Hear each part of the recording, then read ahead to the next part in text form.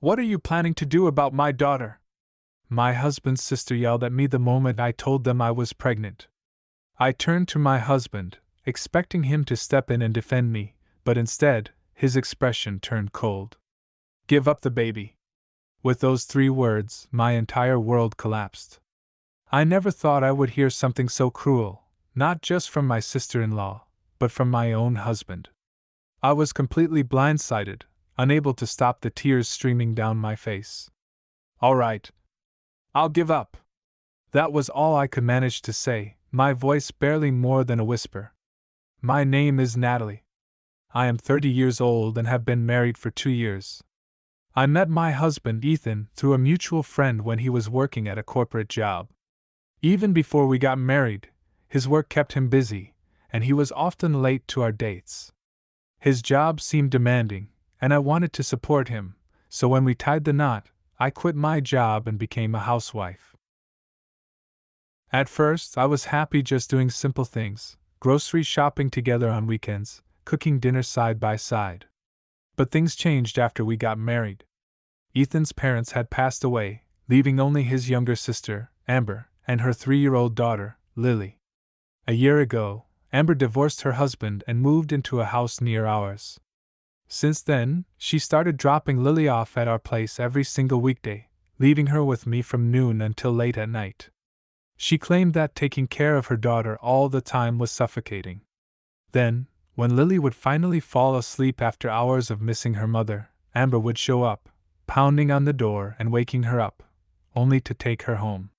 I love kids, and Lily was adorable, but I could not ignore the fact that she cried for her mother every night. I tried bringing it up to Amber when she came to pick her up. Lily has been crying a lot. She really misses you. Amber shrugged. So what? She had no intention of changing anything. Since she would not listen, I turned to my husband for support. Ethan, can you please talk to Amber? She should be the one taking care of Lily, not me. You are a housewife. Watching Lily is part of your responsibility, he snapped. I tried to reason with him. But she is Amber's daughter. It is not fair for her to dump her on me every single day. That was when he said something that made my stomach turn. You cannot even have kids of your own, so what gives you the right to complain? He stormed off to his room without even looking at me. I stood there stunned. Was I really being yelled at just for telling the truth? I took a deep breath, forcing myself to calm down. But deep down, I knew it was not just my fault that we had no children. I had told Ethan many times that I wanted kids, but he always brushed off the conversation. As if things were not bad enough, Amber started dumping Lily on me not just on weekdays, but weekends too. Even worse, Ethan and Amber would go out together, leaving me behind to babysit. I had enough. Why do we not all go to the park together? Lily could play, and we could spend time as a family. Ethan scoffed. Amber wants to spend time with me alone, so obviously, that is not going to happen. And why do we have to entertain Lily? She is fine at home. I was speechless. He prioritized Amber over his own wife, without a second thought. That evening, Lily ran after her mother, tugging at her sleeve. Mommy, can I come with you? Amber snapped. Shut up. You are staying home. She slammed the door behind her as she left with Ethan. I bent down, scooping Lily into my arms as she sobbed. My heart ached, not just for her, but for myself. I was being ignored, neglected, and replaced. Then, a few weeks later, everything changed. For days, I had been feeling unwell. I finally went to the doctor and received life-changing news. I was 3 months pregnant. I had been waiting for this moment. I was so happy, I could barely contain my excitement. I wanted to tell Ethan the moment he got home, but he texted that he would be late. That is fine, I thought. I would tell him tomorrow on his day off. That night, I could not stop imagining his reaction. Would he be thrilled? Would he hug me and tell me how happy he was? Just thinking about it made me smile. The next morning, Amber barged into the house, dropping Lily off without even texting me first. I am borrowing my brother again today, she said casually. I took a deep breath. Amber, have you thought about enrolling Lily in daycare? It might be good for her to make friends. She looked at me like I was insane. No way. That costs money. Unless you are paying for it, do not even bring it up. Then, as usual, she sat down at the table and started eating the breakfast I had prepared. She did this every time, acting as if my home was hers. No matter how many times I asked her to stop, she ignored me. Ethan came into the kitchen, acting like nothing was wrong. "Oh, Amber, you are already here," he said with a grin.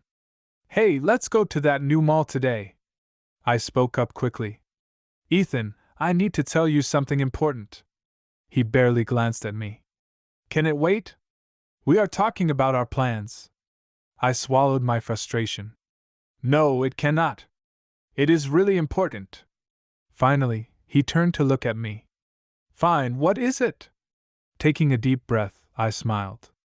"I am pregnant. I am 3 months along." I expected him to be overjoyed. Instead, his face went blank. "You are joking, right?" His reaction knocked the breath out of me. "What?" "No, I am serious. We are having a baby." Amber's expression changed instantly. "You are not actually planning to keep it, are you?" I froze. "Of course I am." She slammed her fist on the table. "Absolutely not. What about our living expenses?" Her words made no sense. How did my pregnancy have anything to do with her finances? "If your baby means Ethan has to give me less money, that is a problem." That was when I realized Ethan had been sending Amber money every month. "Wait, you are giving her money? How much?" Amber smirked. $2,000. Every month." I felt like I had been punched in the gut. "What? But we barely get by on $800 for our household expenses." Ethan glared at me. "That is none of your business. It is my money. I can do whatever I want with it." Amber turned to Ethan. "You are still going to keep sending me $2,000, right?" Ethan nodded. "Of course." That was when he turned to me and said the words that shattered everything. "Give up the baby." I could barely breathe. "What did you just say?" "I cannot just abandon Amber and Lily. Besides, Lily is way cuter than any baby you would have." I had always thought Ethan would be happy about having a child. I thought he would be a loving father. But in an instant, he proved how little I actually meant to him. Tears filled my eyes as my hands clenched into fists. "Fine. I give up." Ethan and Amber exchanged satisfied smiles. Amber patted my shoulder. "Good. Now be a good girl and keep taking care of Lily." I said nothing. My chest burned with fury. I would not let this go. Ethan had no idea what was coming for him. Lying down to rest was impossible. Between my morning sickness and having to care for Lily every day, I barely had a moment to breathe. But today, my mother was coming over in the evening, and she had promised to cook whatever Lily wanted for dinner. "Mom is making your favorite tonight. What do you want to eat?" I asked loudly, making sure Amber could hear as she dropped Lily off. Lily clapped her hands excitedly. "Hamburgers." Amber raised an eyebrow. "Your mom is coming today?" "Yeah. Since I have been feeling sick, she is bringing over some pre-made meals too." To my surprise, Amber actually seemed pleased. I guess she remembered how good my mother's cooking was from the few times she had eaten it before. That afternoon, my mother arrived, filling the kitchen with delicious aromas as she prepared enough food to last me several days. Lily happily joined her in cooking, and for the first time in a while, I felt a sense of relief. I lay down on the sofa, letting my body relax. Just before 7 in the evening, my father stopped by after work, and the four of us sat down for dinner.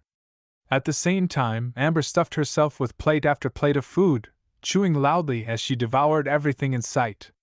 My mother shot me a look, clearly surprised by Amber's lack of manners. Ethan finally arrived home just before 8. He seemed surprised to see my parents but was immediately pleased to find a table full of his favorite dishes. For a short while, It almost felt like a normal family gathering.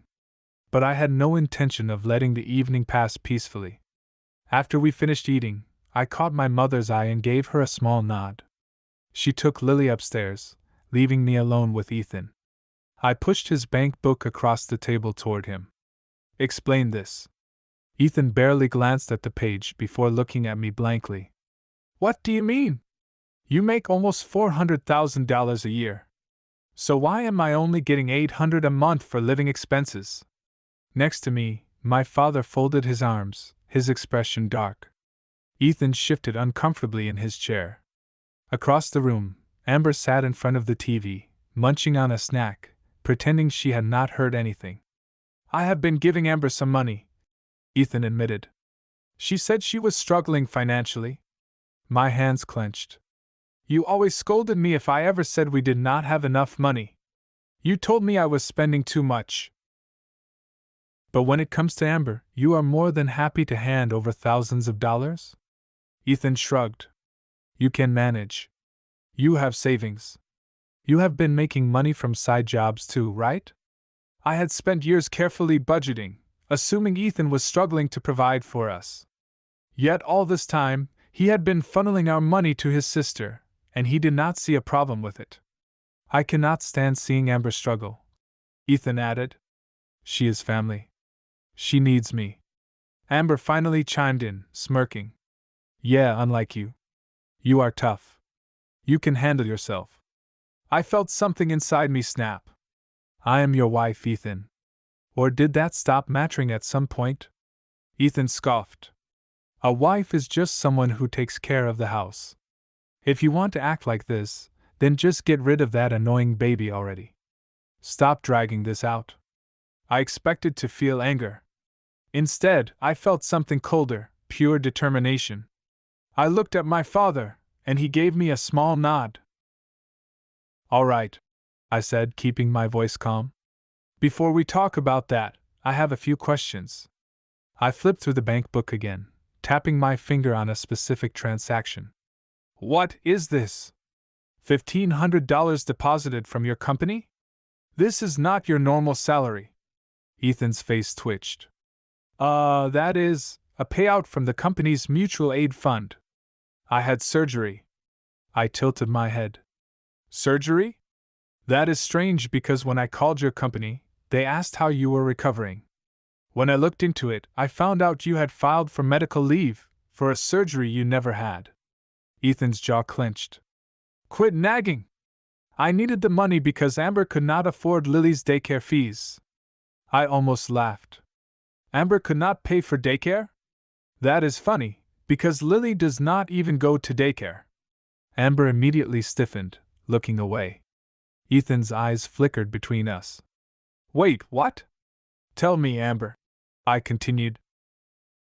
Why did you need money for a daycare your daughter does not even attend? Amber panicked. Lily goes to daycare. Nicole is lying. She avoided my eyes, her hands fidgeting in her lap. Ethan turned to her, his expression darkening. Amber, is there something you are not telling me? Instead of answering, Amber shrank back, silent. I pulled out my phone and scrolled through a social media account. Then I began reading. Got a new Hermes bag today. Amber's face paled. Dinner with him while enjoying the night view. Such a perfect evening. Ethan's hands curled into fists. I smirked. Amber, what exactly have you been spending that daycare money on? Please stop, she yelped. I ignored her, reading more posts aloud. Going to the club tonight. Popping Dom Perignon. Loving this life. At that moment, my father finally spoke up. You know, if you receive child welfare payments and spent them on personal luxuries, that is fraud. You would have to return every cent. Amber started shaking. That is not true. My father smiled. Oh, but it is. And with your income, you may even owe back taxes. I had almost forgotten. My father worked for the tax office. There was no way he would overlook something like this. Amber turned to Ethan, panicking. Ethan, help me. Ethan shoved her away. Do not touch me. You have been lying to me this whole time? It was just a joke. I did not mean anything by it. A joke? You have been calling me your personal bank behind my back. Amber burst into tears as Ethan turned his back on her. Then, to my utter disbelief, Ethan dropped to his knees in front of me. Nicole, I am sorry. I was wrong. You can have the baby. We can be a family. Just let us start over. He reached for my hand, but the moment his skin touched mine, I recoiled. Every part of me was disgusted by him. I took a deep breath, then pulled out a document from my bag and laid it in front of him. I am not giving up on my child, Ethan. I am giving up on you. His eyes widened as he saw the divorce papers. What? No. I just accepted having a baby. Why do you want a divorce? I smiled coldly. Because I do not need your approval to have this baby. Sign the papers. I pushed another document forward. This covers the divorce settlement, $2,000 in alimony, $800 for property division, and $500 a month in child support. Ethan's mouth hung open. No. Nicole, I love you. You loved me? That ended a long time ago. At that moment, my father stood up. His voice, usually calm, roared through the room. Enough. Ethan flinched. Trembling, he finally signed the papers. The next morning, I filed the divorce. Lily was sent to her real father. I had contacted him in advance and told him everything. Furious, he planned to take Amber to court for full custody and financial fraud. Ethan's lies at work were also exposed. He was fired, and soon after, forced to repay everything he had stolen. Meanwhile, I returned home to my parents and, months later, gave birth to a beautiful, healthy baby boy. For the first time in years, I was truly happy.